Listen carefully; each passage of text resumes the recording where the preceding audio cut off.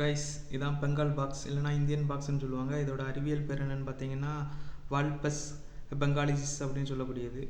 இதோட பரவல் வாழிவிடம் பார்த்தீங்கன்னா இமயமலையோட கிழக்கு கீழ்ப்பகுதியிலேருந்து தென்னிந்தியா முழுவதும் காணப்படுது.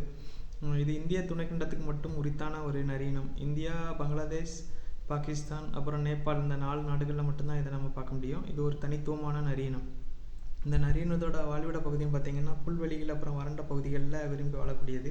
மனிதர்களோட நெருங்கி பழகக்கூடியது. மனித குடியிருப்புகளுக்கு ஏற்ற மாதிரி தன்னை தகவமைச்சு கூடக்கூடிய ஒரு உயிரினம் தான். ஆனால் இது இப்போ ஆபத்தான நிலைமையில் இருக்குது. என்ன காரணம்னு பார்த்தீங்கன்னா வாழ்விட இழப்பு, வேட்டையாடுதல், அப்புறம் இதோட வர்த்தகத்தில் கள்ளச்சந்தைகளில் இதோட தோல் அப்புறம் பல்லுக்காண்டி இது அதிகமாக வேட்டையிடப்படுது. இது ஒரு காலத்தில் பார்த்திங்கன்னா பல இடங்களில் பரவி இருந்துச்சு. குறிப்பாக சொல்லணும்னா எங்கள் ஊர்லேயே பெங்கால் பாக்ஸும் இருந்துச்சு, கோல்டன் ஜாக்கல்னு சொல்லக்கூடிய குள்ள நரிகளும் இருந்தது. அதை முழுசாக அழிச்சதுக்கு காரணமே இந்த வேட்டைக்காரங்க தான். முயல் வேட்டைக்குன்னு வரக்கூடியவங்க, நாய்களை பிடிச்சிட்டு வரக்கூடியவங்களால தான் இந்த இனமே அழிஞ்சிருக்கு. அது எனக்கு தெரியும். நான் முன்னாடியே பார்த்துருக்கேன் நிறைய டைம் அவங்க வேட்டையாடி கொண்டு போகிறத, பெங்கால் பாக்ஸையும் கோல்டன் ஜாக்கல்ஸையும். அப்போ எனக்கு விவரம் தெரியாது. இப்போல்லாம் நானே ஃபாரஸ்ட்டுக்காரங்கிட்ட அவங்களெல்லாம் பிடிச்சி கொடுத்துருவேன். அதோட உணவு பழக்கம் பார்த்திங்கன்னா ஒரு அனைத்துண்ணி. அதாவது தாவரங்களையும் தாவர உணவையும் எடுத்துக்கிடும், மாமிச உணவையும் எடுத்துக்கிடும். குறிப்பாக சொல்லணும்னா இந்த பழங்களை விரும்பி சாப்பிடக்கூடியது. இழந்த பழம், வேப்பம்பழம், நாவல் பழம், மாம்பழம், ஆலம்பழங்களை விரும்பி சாப்பிடக்கூடிய ஒரு நரியினம். அப்புறம் பார்த்திங்கன்னா மாமிச உணவுன்னு பார்த்திங்கன்னா சின்ன சின்ன பூச்சிகள், எறும்புகள், கரையான்கள், முதுகெலும்பு இல்லாத உயிரினங்கள் தான் இதோட முக்கிய உணவு பட்டியலில் இருக்குது. பறவைகளில் கவுதாரி, அப்புறம் வானம்பாடின்னு சொல்லக்கூடிய லார்க், இந்த மாதிரி தரைப்பறவைகள்லாம், அப்புறம் அதோட முட்டைகளையும் உணவாக எடுத்துக்கிட்டு சில அரிதான சந்தர்ப்பங்களில் முயல், அப்புறம் மானிட்டர் லிசார்டு, சாரப்பாம்புகளையும் உணவாக எடுத்துக்கிடுது.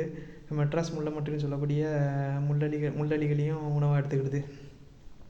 இதோட உயரம் பார்த்திங்கன்னா 25 35 சென்டிமீட்டர் தோள்பட்ட உயரம்.